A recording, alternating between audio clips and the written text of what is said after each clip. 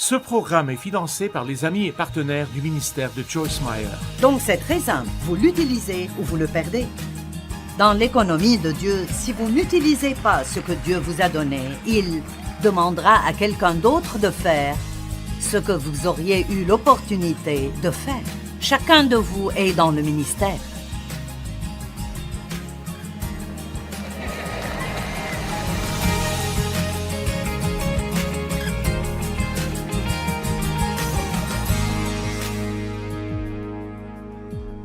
Maintenant, vous connaissez probablement la parabole des talents. Combien d'entre vous connaissent la parabole des talents dans Matthieu chapitre 25, où l'homme riche dans l'histoire part et laisse plusieurs de ses serviteurs avec une certaine somme d'argent et s'attend à ce qu'ils l'investissent et l'utilisent, puis revient en s'attendant à ce qu'ils lui rendent plus que ce qu'il leur a laissé. Et je ne vais pas vous raconter toute l'histoire, mais le premier a investi sa part et a fait des gains. Le deuxième et le troisième aussi. Le quatrième avait peur et il a enterré sa part. Donc quand le maître est revenu, les trois premiers ont fait du bon travail. Très bien, bon et fidèle serviteur. Et il n'a pas donné à tous le même montant. Il leur a donné en fonction de ce qu'ils pouvaient gérer. Donc, Dieu n'attend pas la même chose de nous tous. Nous ne sommes pas tous appelés à écrire 120 livres. Nous ne sommes pas tous appelés à faire la même chose. Nous ne sommes pas tous appelés à pouvoir chanter comme Phil. Mais quoi que nous puissions faire, c'est un don que Dieu a placé en nous et qu'il a mis en nous pour quelqu'un d'autre. Vous êtes là?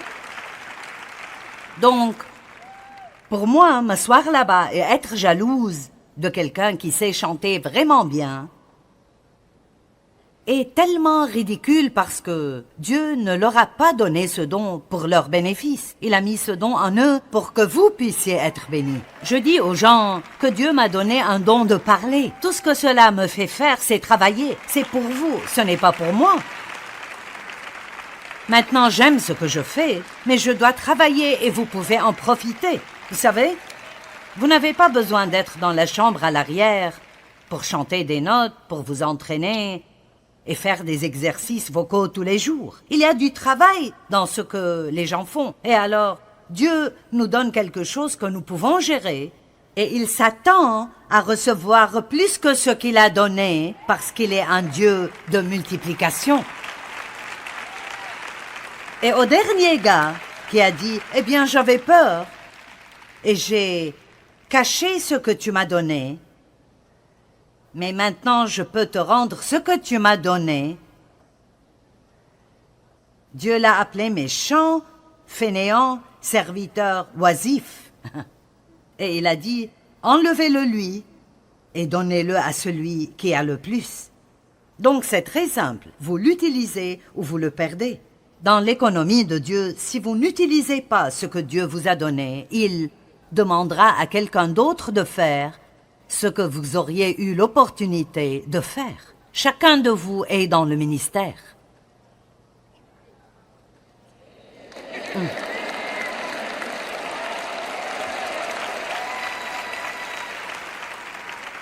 Je vous annonce maintenant que chacun de vous, si vous êtes croyant, vous êtes ordonné pour le ministère. Amen.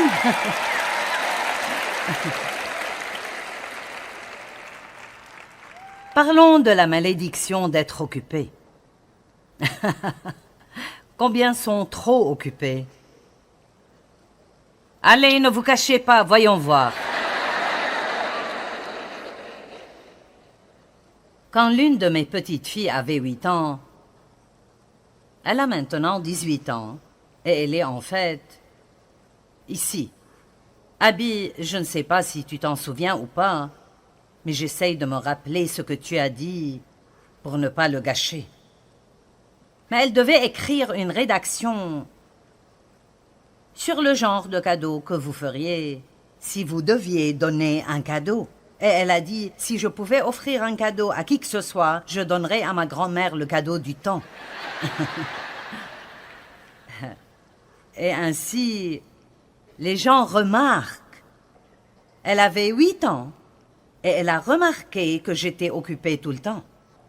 Ne soyez pas si occupés à être occupés que vous n'avez pas le temps de vous consacrer aux choses les plus importantes de votre vie. Ne mettez pas votre enfant devant la télévision, parlez-lui.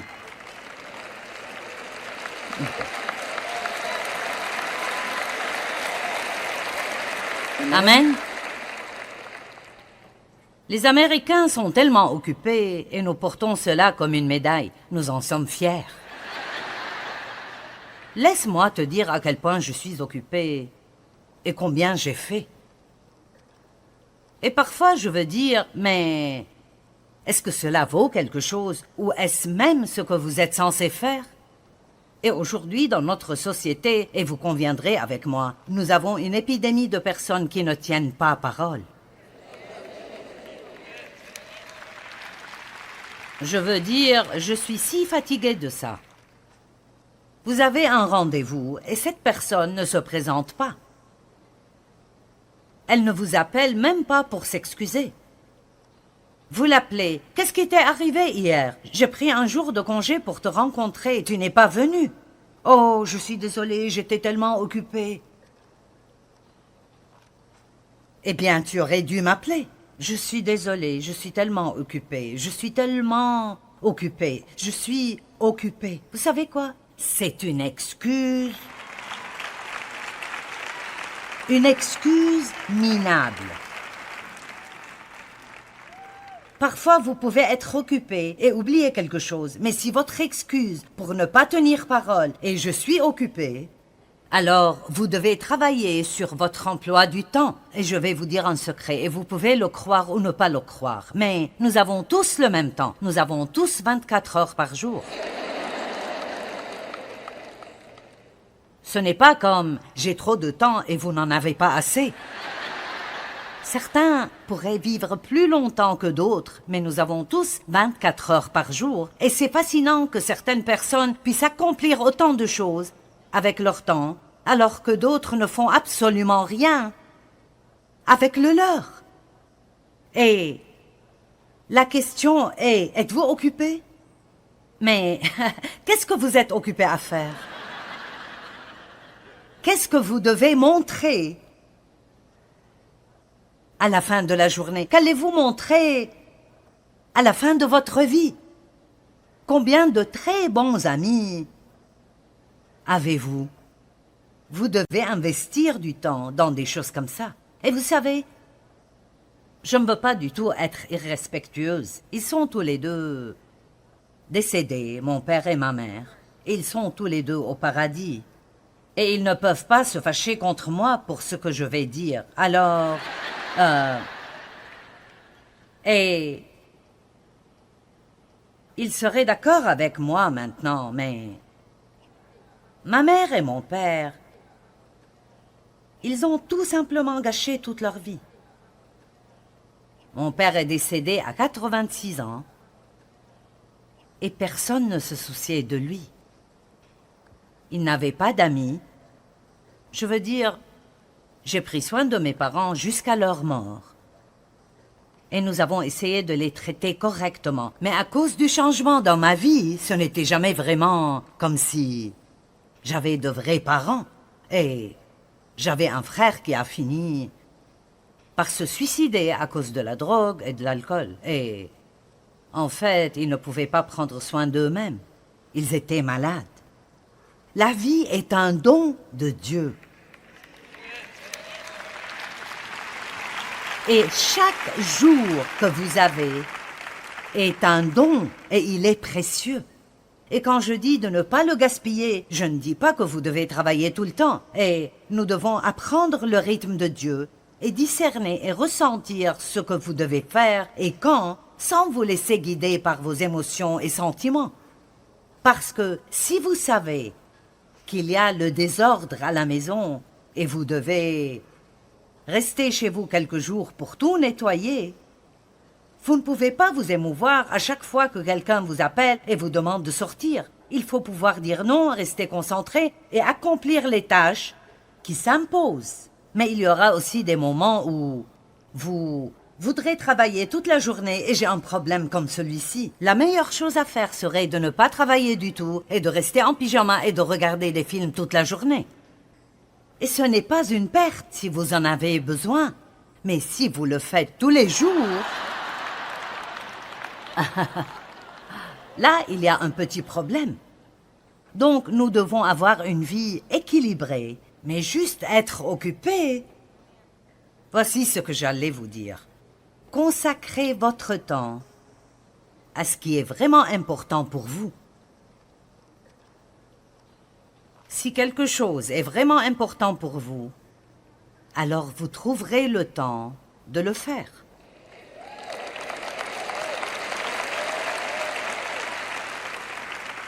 Donc dire « Je ne trouve pas le temps d'étudier la Bible. Je ne trouve pas le temps de prier. » Le temps ne se cache pas, il est là, juste devant vous. Vous n'avez pas besoin d'aller le trouver, vous l'avez. Vous devez réorganiser ce que vous faites avec et commencer par choisir vos priorités. Et quand vous choisissez bien vos priorités, toutes les autres choses semblent tomber à la bonne place. Choisissez bien vos priorités. Amen. J'ai écrit un livre intitulé « Saisis le jour ». On a apporté 400 exemplaires supplémentaires de ce livre et je m'attends à ce que vous les achetiez. Et vous avez probablement entendu parler de John Maxwell. Il est génial. J'ai le privilège de pouvoir l'appeler mon ami. Et il a dit que nous devrions mettre 80% de notre temps dans les premiers 20% de nos points forts. La plupart des gens perdent leur temps à essayer de renforcer leurs faiblesses et ne s'améliorent vraiment que très peu, peu importe les efforts qu'ils déploient, tout en ignorant le développement de leurs points forts et des domaines dans lesquels ils pourraient véritablement exceller. Si tout est prioritaire pour nous, alors rien n'est prioritaire et nous menons une vie confuse et frustrée. Certaines personnes essayent de tout faire pour ne rien faire vraiment bien. Amen.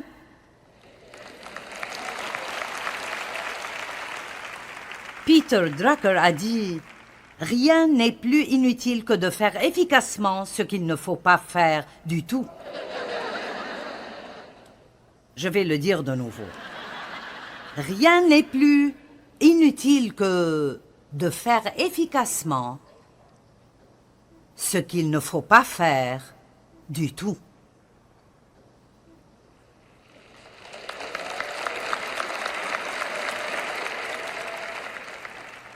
Maintenant, l'une des choses que nous devons faire, Philippiens 1 en parle.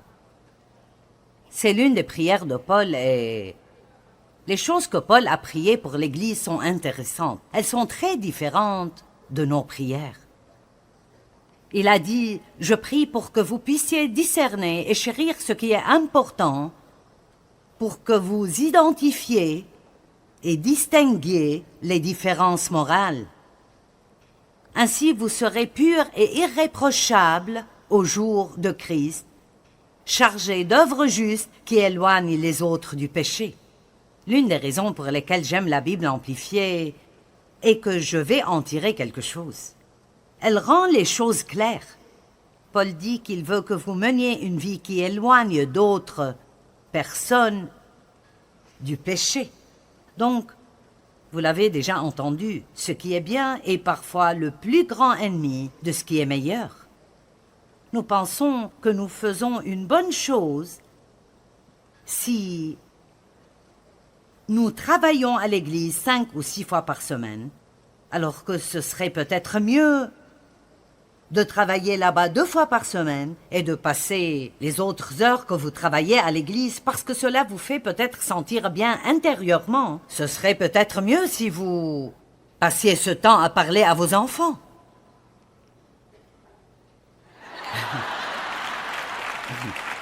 Ainsi, ils n'essayeront pas d'apprendre tout ce qu'ils veulent apprendre sur l'Internet. Et puis, vous vous mettez en colère contre eux à cause de leur attitude. Allez.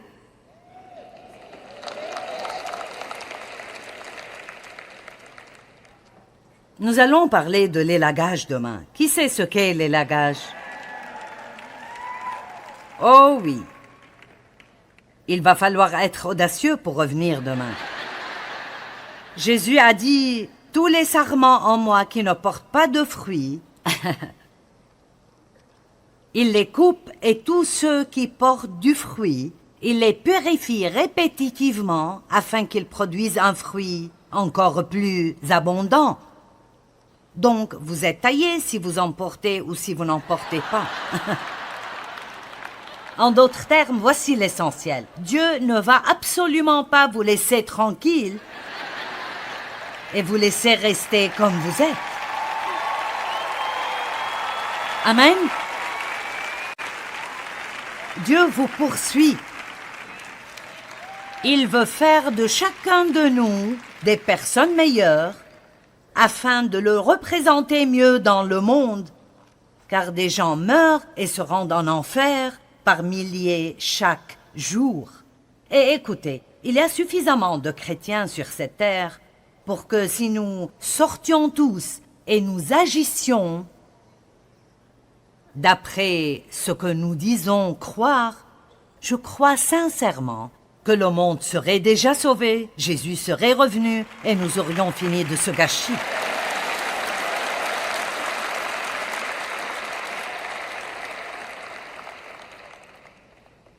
Ne rentrez pas chez vous en faisant ce que vous faisiez. Rentrez chez vous après avoir été ici, en étant plus gentil avec quelqu'un.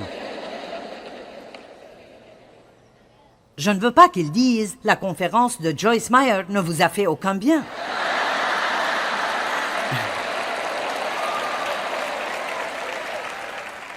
Je veux qu'ils voient un tel changement en vous que l'année prochaine, ils vous prieront d'y aller. Vas-y, s'il te plaît. L'élagage signifie de couper les parties mortes. Dieu ne s'intéresse pas aux choses mortes. Amen. Le gars que Jésus a appelé a dit, « Eh bien, laisse-moi enterrer mes parents. » Et Jésus a dit, « Laisse les morts ensevelir leurs morts et suis-moi. » Allez, quel genre de choses mortes avez-vous dans votre vie? Des choses qui absorbent votre temps et ne portent aucun bon fruit du tout? Chacun de vous, et je m'inclus aussi, si nous voulons vraiment être honnêtes concernant ce que nous faisons avec notre temps, tout le monde ici peut trouver le temps de faire les choses importantes, comme passer du temps avec Dieu, connaître sa parole, développer de bonnes relations avec les gens. Toutes ces choses sont plus importantes que de gagner de l'argent. Elles le sont. Et nous passons tellement de temps à essayer de gravir les échelons du succès. Ne passez pas toute votre vie à faire cela pour réaliser à la fin que votre échelle n'est pas à la bonne place, que vous avez ce que vous vouliez, mais ce n'est pas ce que vous vouliez après tout. Ne soyez pas juste occupés. Assurez-vous de porter de bons fruits. Soyez déterminés. Que quand vous aurez 90 ans, vous ne regarderez pas en arrière et n'aurez pas que des regrets. J'ai travaillé dur et j'ai traversé beaucoup de choses difficiles. Mais je suis heureuse de le dire et j'espère que beaucoup pourront le dire. Si Jésus me prend ce soir, je laisse un héritage. Je laisse quelque chose qui peut aider les gens pendant des années et des années après ma mort. Et je manquerai à quelqu'un. Amen. Il y a tellement de gens qui meurent et personne ne pense même à eux, parce qu'ils n'ont contribué en rien. Ne soyez pas juste quelqu'un qui veut prendre tout. Soyez quelqu'un qui donne partout où vous allez, améliorer la vie de quelqu'un d'autre, ajouter partout où vous allez. vous serez plus heureux. Oh, je ne vais nulle part pour un temps. Oh non, je vais rester longtemps pour vous aggraver, les gars. Je m'en fiche s'ils doivent me faire sortir d'ici, si ma bouche fonctionne.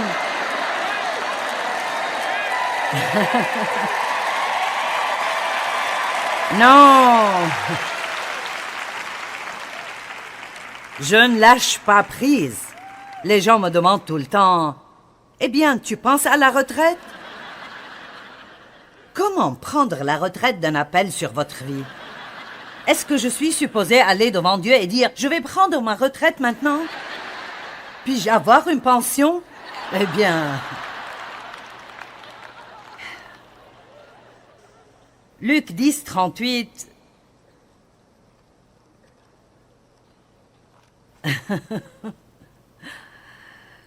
Vous riez, je ne pense même pas que c'est drôle.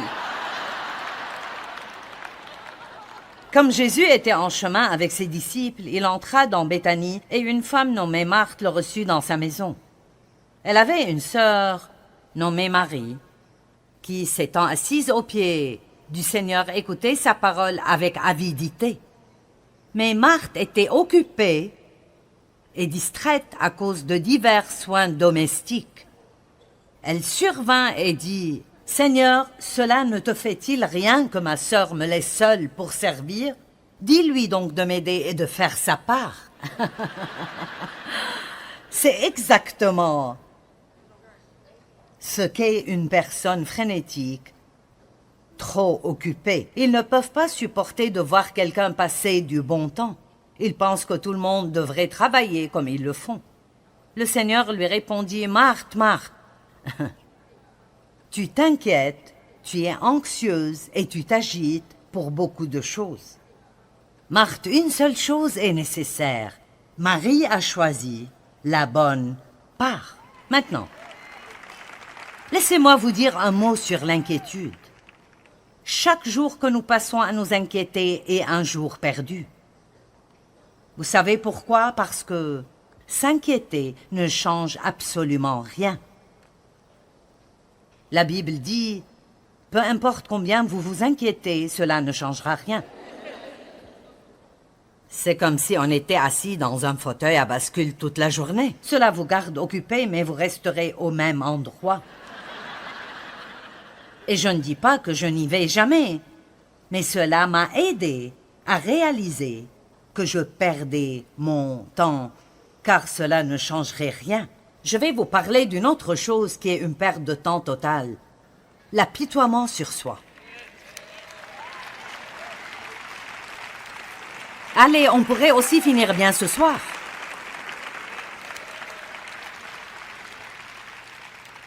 Pauvre de moi, je suis tellement désolée pour moi. Vous pouvez être pitoyable ou puissant, mais vous ne pouvez pas être les deux. Amen. Tant de façons de perdre notre temps. Dieu veut que nous marchions dans la sagesse. Et vous savez ce qu'est la sagesse? Ceci est ma propre définition, mais je pense que la sagesse est de choisir de faire maintenant ce qui vous rendra heureux plus tard. Bien, mais une personne qui ne se maîtrise pas fait ce dont elle a envie, ce qu'elle veut faire ou ce qui la tente le plus fortement. Et si le diable peut continuer à vous faire courir, il peut faire quelque chose, continuer à vous tenter tout le temps. Donc vous devez mesurer le fruit par rapport aux efforts que vous mettez dans les choses. Et si vous faites cela, combien d'entre vous croient que si vous jetez un regard honnête sur votre temps, il y a des choses que vous pourriez facilement enlever? Bon alors, devinez quoi? Si vous restez frustré parce que vous êtes occupé tout le temps, c'est de votre faute. Eh bien, je tiens à vous rappeler à nouveau que la Bible ne dit jamais que nous devons être occupés. Elle dit que nous devons être fructueux.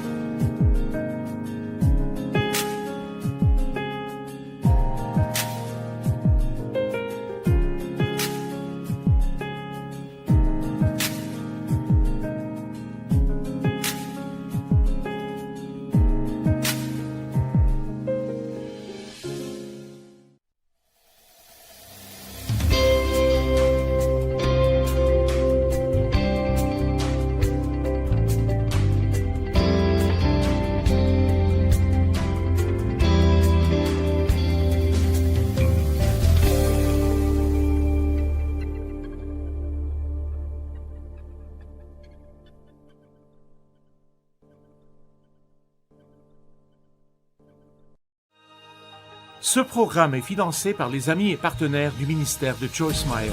Donc c'est très simple, vous l'utilisez ou vous le perdez. Dans l'économie de Dieu, si vous n'utilisez pas ce que Dieu vous a donné, il demandera à quelqu'un d'autre de faire ce que vous auriez eu l'opportunité de faire. Chacun de vous est dans le ministère.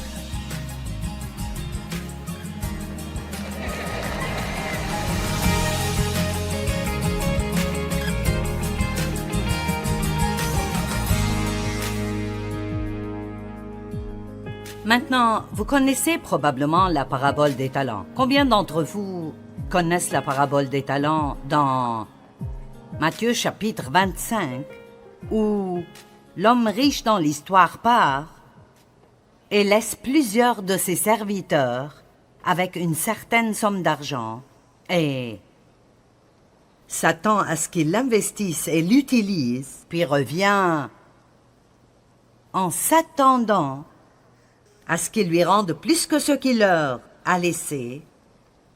Et je ne vais pas vous raconter toute l'histoire, mais le premier a investi sa part et a fait des gains. Le deuxième et le troisième aussi. Le quatrième avait peur et il a enterré sa part. Donc quand le maître est revenu, les trois premiers ont fait du bon travail. Très bien, bon et fidèle serviteur. Et il n'a pas donné à tous le même montant. Il leur a donné en fonction de ce qu'ils pouvaient gérer. Donc, Dieu n'attend pas la même chose de nous tous. Nous ne sommes pas tous appelés à écrire 120 livres. Nous ne sommes pas tous appelés à faire la même chose. Nous ne sommes pas tous appelés à pouvoir chanter comme Phil. Mais quoi que nous puissions faire, c'est un don que Dieu a placé en nous et qu'il a mis en nous pour quelqu'un d'autre. Vous êtes là? Donc, pour moi, m'asseoir là-bas et être jalouse de quelqu'un qui sait chanter vraiment bien est tellement ridicule parce que Dieu ne leur a pas donné ce don pour leur bénéfice. Il a mis ce don en eux pour que vous puissiez être bénis. Je dis aux gens que Dieu m'a donné un don de parler. Tout ce que cela me fait faire, c'est travailler. C'est pour vous, ce n'est pas pour moi. Maintenant, j'aime ce que je fais, mais je dois travailler et vous pouvez en profiter. Vous savez, vous n'avez pas besoin d'être dans la chambre à l'arrière pour chanter des notes, pour vous entraîner et faire des exercices vocaux tous les jours. Il y a du travail dans ce que les gens font. Et alors, Dieu nous donne quelque chose que nous pouvons gérer et il s'attend à recevoir plus que ce qu'il a donné parce qu'il est un Dieu de multiplication. Et au dernier gars qui a dit « Eh bien, j'avais peur et j'ai caché ce que tu m'as donné, mais maintenant je peux te rendre ce que tu m'as donné. » Dieu l'a appelé méchant, fainéant, serviteur oisif. Et il a dit « Enlevez-le lui et donnez-le à celui qui a le plus. » Donc c'est très simple, vous l'utilisez ou vous le perdez. Dans l'économie de Dieu, si vous n'utilisez pas ce que Dieu vous a donné, il demandera à quelqu'un d'autre de faire ce que vous auriez eu l'opportunité de faire. Chacun de vous est dans le ministère.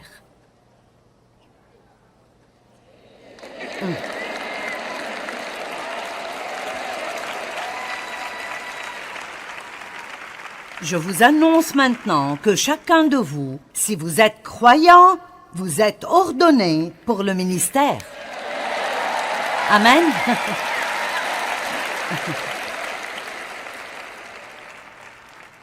Parlons de la malédiction d'être occupé. Combien sont trop occupés? Allez, ne vous cachez pas, voyons voir. Quand l'une de mes petites filles avait 8 ans, elle a maintenant 18 ans et elle est en fait ici. Abby, je ne sais pas si tu t'en souviens ou pas, mais j'essaye de me rappeler ce que tu as dit pour ne pas le gâcher. Mais elle devait écrire une rédaction sur le genre de cadeau que vous feriez si vous deviez donner un cadeau. Et elle a dit, si je pouvais offrir un cadeau à qui que ce soit, je donnerais à ma grand-mère le cadeau du temps. Et ainsi, les gens remarquent. Elle avait 8 ans et elle a remarqué que j'étais occupée tout le temps. Ne soyez pas si occupés à être occupés que vous n'avez pas le temps de vous consacrer aux choses les plus importantes de votre vie. Ne mettez pas votre enfant devant la télévision, parlez-lui.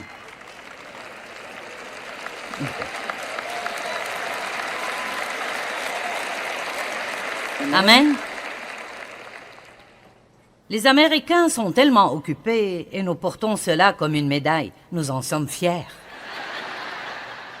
Laisse-moi te dire à quel point je suis occupée et combien j'ai fait. Et parfois je veux dire, mais est-ce que cela vaut quelque chose ou est-ce même ce que vous êtes censé faire? Et aujourd'hui, dans notre société, et vous conviendrez avec moi, nous avons une épidémie de personnes qui ne tiennent pas parole. Je veux dire, je suis si fatiguée de ça. Vous avez un rendez-vous et cette personne ne se présente pas. Elle ne vous appelle même pas pour s'excuser. Vous l'appelez. Qu'est-ce qui t'est arrivé hier? J'ai pris un jour de congé pour te rencontrer et tu n'es pas venu. Oh, je suis désolée, j'étais tellement occupée. Eh bien, tu aurais dû m'appeler. Je suis désolée, je suis tellement occupée. Je suis tellement occupée. Je suis occupée. Vous savez quoi? C'est une excuse. Une excuse minable. Parfois, vous pouvez être occupé et oublier quelque chose. Mais si votre excuse pour ne pas tenir parole est « je suis occupé », alors vous devez travailler sur votre emploi du temps. Et je vais vous dire un secret, et vous pouvez le croire ou ne pas le croire. Mais nous avons tous le même temps. Nous avons tous 24 heures par jour. Ce n'est pas comme « j'ai trop de temps et vous n'en avez pas assez ». Certains pourraient vivre plus longtemps que d'autres, mais nous avons tous 24 heures par jour. Et c'est fascinant que certaines personnes puissent accomplir autant de choses avec leur temps, alors que d'autres ne font absolument rien avec le leur. Et la question est, êtes-vous occupé? Mais qu'est-ce que vous êtes occupé à faire? Qu'est-ce que vous devez montrer à la fin de la journée? Qu'allez-vous montrer à la fin de votre vie? Combien de très bons amis avez-vous? Vous devez investir du temps dans des choses comme ça. Et vous savez, je ne veux pas du tout être irrespectueuse. Ils sont tous les deux décédés, mon père et ma mère. Ils sont tous les deux au paradis. Et ils ne peuvent pas se fâcher contre moi pour ce que je vais dire. Alors, et ils seraient d'accord avec moi maintenant, mais ma mère et mon père, ils ont tout simplement gâché toute leur vie. Mon père est décédé à 86 ans et personne ne se souciait de lui. Il n'avait pas d'amis. Je veux dire, j'ai pris soin de mes parents jusqu'à leur mort. Et nous avons essayé de les traiter correctement. Mais à cause du changement dans ma vie, ce n'était jamais vraiment comme si j'avais de vrais parents.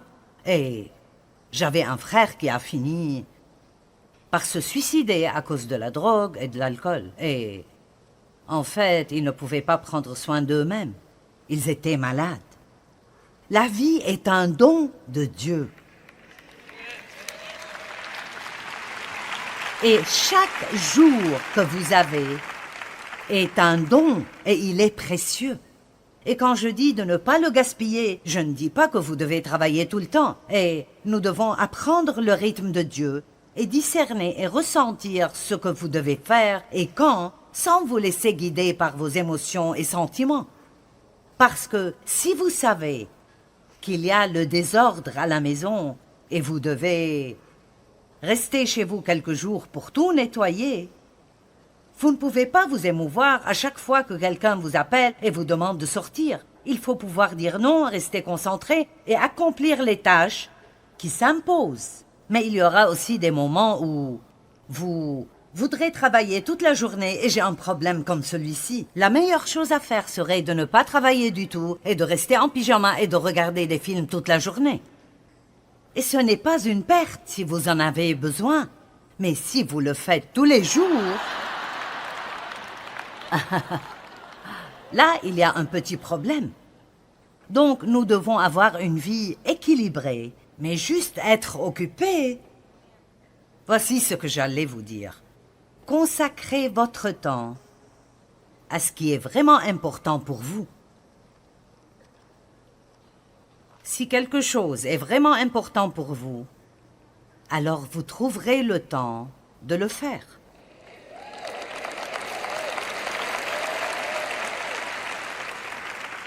Donc dire « Je ne trouve pas le temps d'étudier la Bible. Je ne trouve pas le temps de prier. » Le temps ne se cache pas, il est là juste devant vous. Vous n'avez pas besoin d'aller le trouver, vous l'avez. Vous devez réorganiser ce que vous faites avec et commencer par choisir vos priorités. Et quand vous choisissez bien vos priorités, toutes les autres choses semblent tomber à la bonne place. Choisissez bien vos priorités. Amen. J'ai écrit un livre intitulé « Saisis le jour ». On a apporté 400 exemplaires supplémentaires de ce livre et je m'attends à ce que vous les achetiez.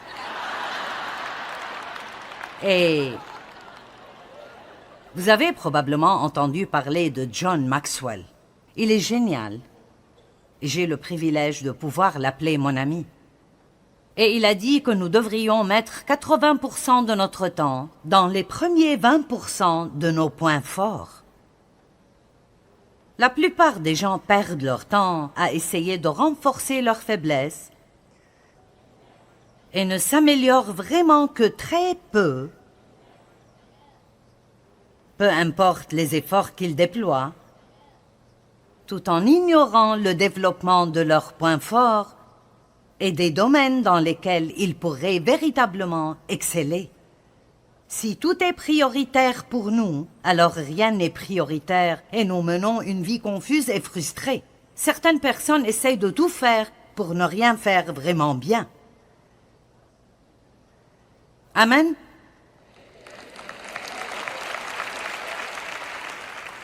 Peter Drucker a dit « Rien n'est plus inutile que de faire efficacement ce qu'il ne faut pas faire du tout. » Je vais le dire de nouveau. Rien n'est plus inutile que de faire efficacement ce qu'il ne faut pas faire du tout.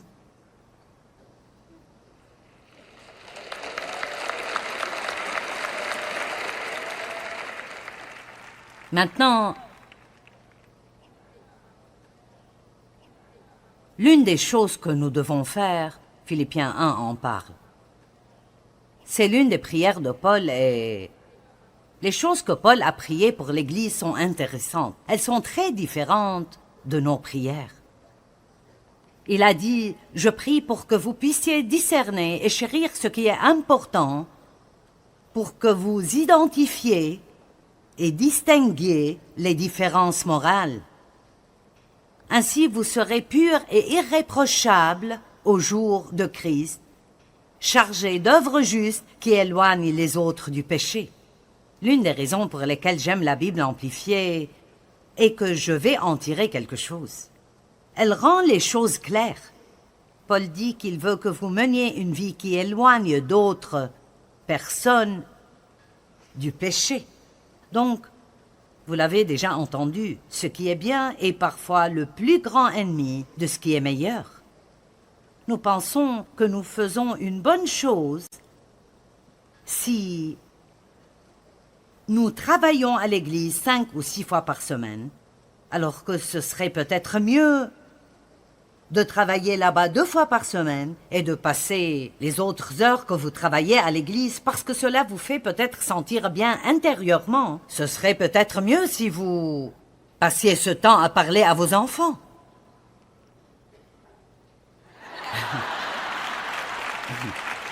Ainsi, ils n'essayeront pas d'apprendre tout ce qu'ils veulent apprendre sur l'Internet. Et puis, vous vous mettez en colère contre eux à cause de leur attitude. Allez.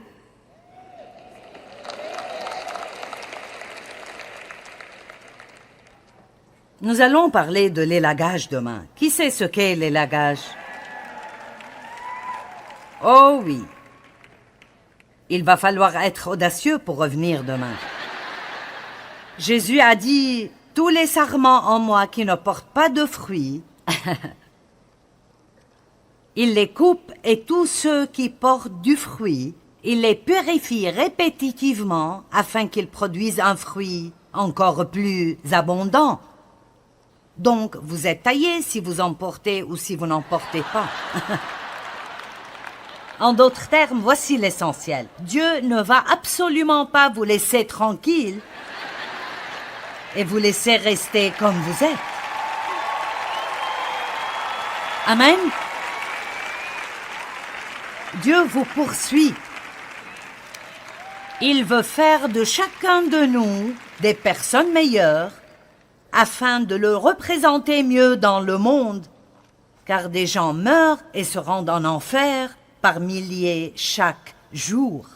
Et écoutez, il y a suffisamment de chrétiens sur cette terre pour que si nous sortions tous et nous agissions d'après ce que nous disons croire, je crois sincèrement que le monde serait déjà sauvé, Jésus serait revenu et nous aurions fini de ce gâchis.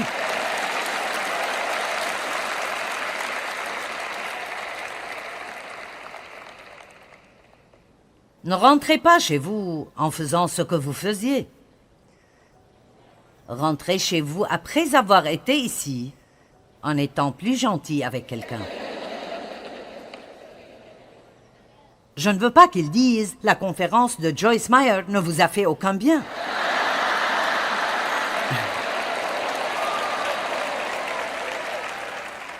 Je veux qu'ils voient un tel changement en vous que l'année prochaine, ils vous prieront d'y aller. Vas-y, s'il te plaît. L'élagage signifie de couper les parties mortes. Dieu ne s'intéresse pas aux choses mortes. Amen.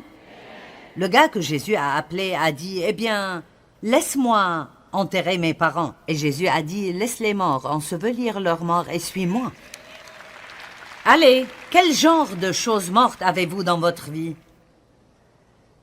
Des choses qui absorbent votre temps et ne portent aucun bon fruit du tout? Chacun de vous, et je m'inclus aussi, si nous voulons vraiment être honnêtes concernant ce que nous faisons avec notre temps, tout le monde ici peut trouver le temps de faire les choses importantes, comme passer du temps avec Dieu, connaître sa parole, développer de bonnes relations avec les gens. Toutes ces choses sont plus importantes que de gagner de l'argent. Elles le sont. Et nous passons tellement de temps à essayer de gravir les échelons du succès. Ne passez pas toute votre vie à faire cela pour réaliser à la fin que votre échelle n'est pas à la bonne place. Que vous avez ce que vous vouliez, mais ce n'est pas ce que vous vouliez après tout. Ne soyez pas juste occupés. Assurez-vous de porter de bons fruits. Soyez déterminés. Que quand vous aurez 90 ans, vous ne regarderez pas en arrière et n'aurez pas que des regrets. J'ai travaillé dur et j'ai traversé beaucoup de choses difficiles. Mais je suis heureuse de le dire et j'espère que beaucoup pourront le dire. Si Jésus me prend ce soir, je laisse un héritage. Je laisse quelque chose qui peut aider les gens pendant des années et des années après ma mort. Et je manquerai à quelqu'un. Amen. Il y a tellement de gens qui meurent et personne ne pense même à eux parce qu'ils n'ont contribué en rien. Ne soyez pas juste quelqu'un qui veut prendre tout. Soyez quelqu'un qui donne partout où vous allez, améliorer la vie de quelqu'un d'autre, ajouter partout où vous allez. vous serez plus heureux. Oh, je ne vais nulle part pour un temps. Oh non, je vais rester longtemps pour vous aggraver, les gars. Je m'en fiche s'ils doivent me faire sortir d'ici, si ma bouche fonctionne.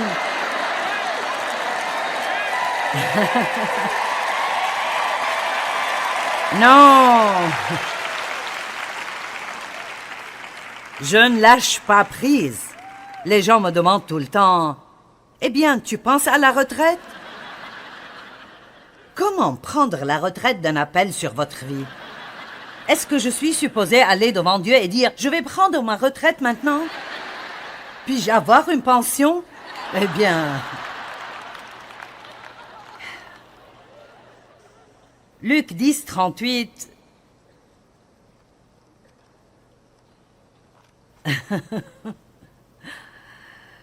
Vous riez, je ne pense même pas que c'est drôle. Comme Jésus était en chemin avec ses disciples, il entra dans Béthanie et une femme nommée Marthe le reçut dans sa maison. Elle avait une sœur nommée Marie qui, s'étant assise aux pieds du Seigneur, écoutait sa parole avec avidité. Mais Marthe était occupée et distraite à cause de divers soins domestiques. Elle survint et dit, « Seigneur, cela ne te fait-il rien que ma sœur me laisse seule pour servir? Dis-lui donc de m'aider et de faire sa part. » C'est exactement ce qu'est une personne frénétique, trop occupée. Ils ne peuvent pas supporter de voir quelqu'un passer du bon temps. Ils pensent que tout le monde devrait travailler comme ils le font. Le Seigneur lui répondit, « Marthe, Marthe, tu t'inquiètes, tu es anxieuse et tu t'agites pour beaucoup de choses. Marthe, une seule chose est nécessaire. Marie a choisi la bonne part. » Maintenant, laissez-moi vous dire un mot sur l'inquiétude. Chaque jour que nous passons à nous inquiéter est un jour perdu. Vous savez pourquoi? Parce que s'inquiéter ne change absolument rien. La Bible dit, peu importe combien vous vous inquiétez, cela ne changera rien. C'est comme si on était assis dans un fauteuil à bascule toute la journée. Cela vous garde occupé, mais vous resterez au même endroit. Et je ne dis pas que je n'y vais jamais, mais cela m'a aidé à réaliser que je perdais mon temps, car cela ne changerait rien. Je vais vous parler d'une autre chose qui est une perte de temps totale. L'apitoiement sur soi. Allez, on pourrait aussi finir bien ce soir.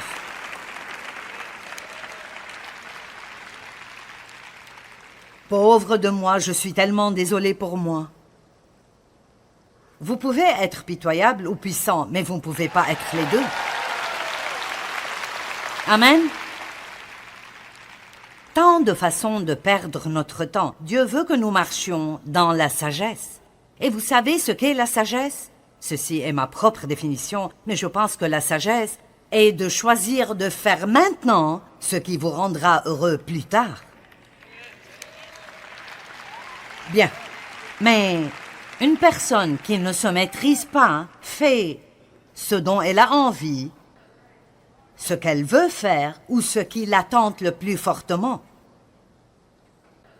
Et si le diable peut continuer à vous faire courir, il peut faire quelque chose, continuer à vous tenter tout le temps. Donc vous devez mesurer le fruit par rapport aux efforts que vous mettez dans les choses. Et si vous faites cela, combien d'entre vous croient que si vous jetez un regard honnête sur votre temps, il y a des choses que vous pourriez facilement enlever?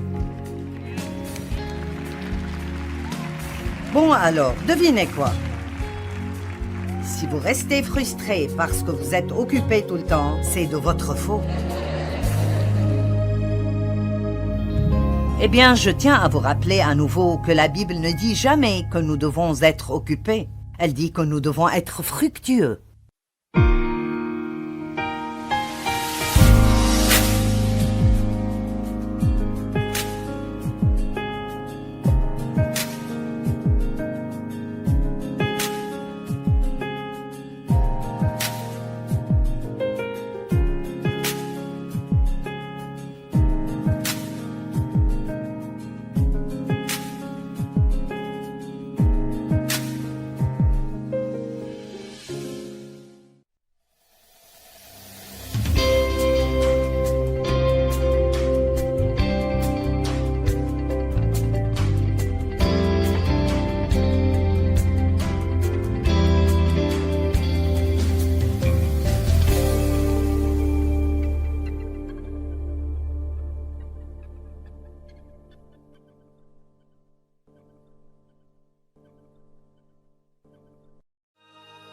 Ce programme est financé par les amis et partenaires du ministère de Joyce Meyer. Donc c'est très simple, vous l'utilisez ou vous le perdez. Dans l'économie de Dieu, si vous n'utilisez pas ce que Dieu vous a donné, il demandera à quelqu'un d'autre de faire ce que vous auriez eu l'opportunité de faire. Chacun de vous est dans le ministère.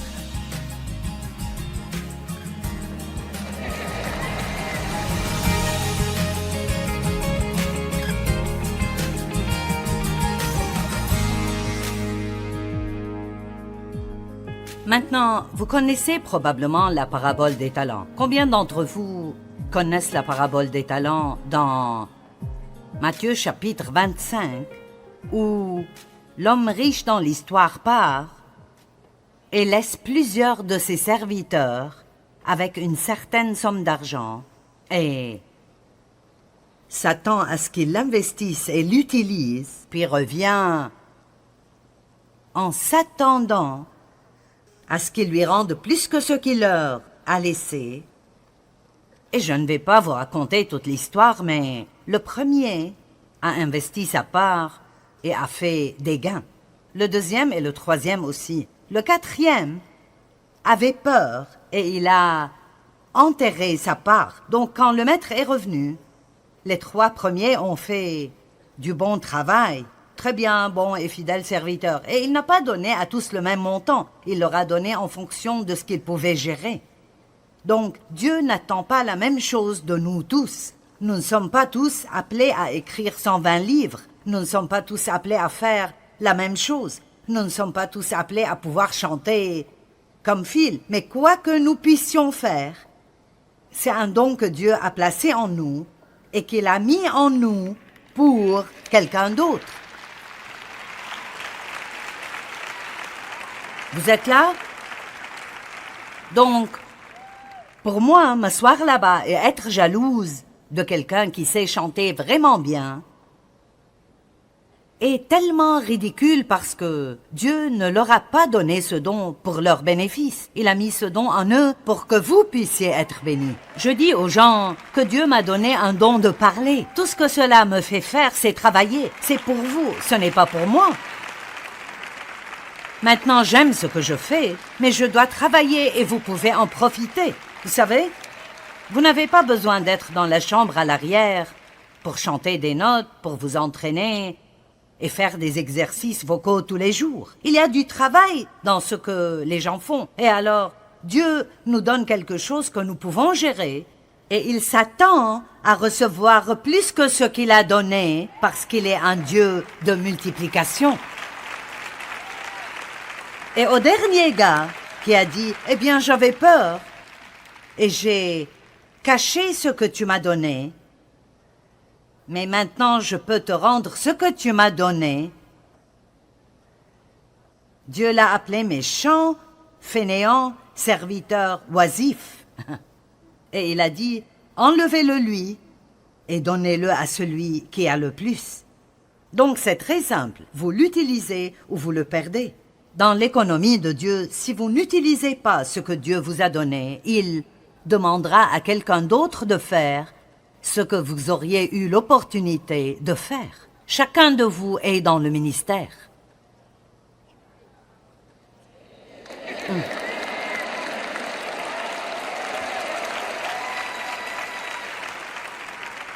Je vous annonce maintenant que chacun de vous, si vous êtes croyant, vous êtes ordonné pour le ministère.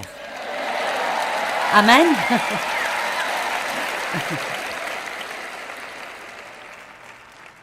Parlons de la malédiction d'être occupé. Combien sont trop occupés? Allez, ne vous cachez pas, voyons voir. Quand l'une de mes petites filles avait 8 ans, elle a maintenant 18 ans, et elle est en fait ici. Abby, je ne sais pas si tu t'en souviens ou pas, mais j'essaye de me rappeler ce que tu as dit pour ne pas le gâcher. Mais elle devait écrire une rédaction sur le genre de cadeau que vous feriez si vous deviez donner un cadeau. Et elle a dit, si je pouvais offrir un cadeau à qui que ce soit, je donnerais à ma grand-mère le cadeau du temps. Et ainsi, les gens remarquent. Elle avait 8 ans et elle a remarqué que j'étais occupée tout le temps.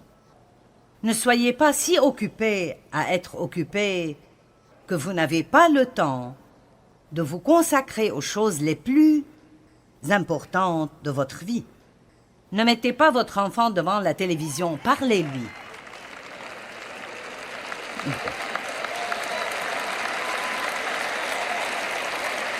Amen. Les Américains sont tellement occupés et nous portons cela comme une médaille. Nous en sommes fiers. Laisse-moi te dire à quel point je suis occupée et combien j'ai fait. Et parfois je veux dire, mais est-ce que cela vaut quelque chose ou est-ce même ce que vous êtes censé faire? Et aujourd'hui, dans notre société, et vous conviendrez avec moi, nous avons une épidémie de personnes qui ne tiennent pas parole. Je veux dire, je suis si fatiguée de ça. Vous avez un rendez-vous et cette personne ne se présente pas. Elle ne vous appelle même pas pour s'excuser. Vous l'appelez. Qu'est-ce qui t'est arrivé hier? J'ai pris un jour de congé pour te rencontrer et tu n'es pas venu. Oh, je suis désolée, j'étais tellement occupée. Eh bien, tu aurais dû m'appeler. Je suis désolée, je suis tellement occupée, je suis tellement occupée, je suis occupée. Vous savez quoi? C'est une excuse. Une excuse minable. Parfois, vous pouvez être occupé et oublier quelque chose, mais si votre excuse pour ne pas tenir parole est « je suis occupé », alors vous devez travailler sur votre emploi du temps. Et je vais vous dire un secret, et vous pouvez le croire ou ne pas le croire. Mais nous avons tous le même temps. Nous avons tous 24 heures par jour. Ce n'est pas comme « j'ai trop de temps et vous n'en avez pas assez ». Certains pourraient vivre plus longtemps que d'autres, mais nous avons tous 24 heures par jour. Et c'est fascinant que certaines personnes puissent accomplir autant de choses avec leur temps, alors que d'autres ne font absolument rien avec le leur. Et la question est, êtes-vous occupé? Mais qu'est-ce que vous êtes occupé à faire? Qu'est-ce que vous devez montrer à la fin de la journée? Qu'allez-vous montrer à la fin de votre vie? Combien de très bons amis avez-vous? Vous devez investir du temps dans des choses comme ça. Et vous savez, je ne veux pas du tout être irrespectueuse. Ils sont tous les deux...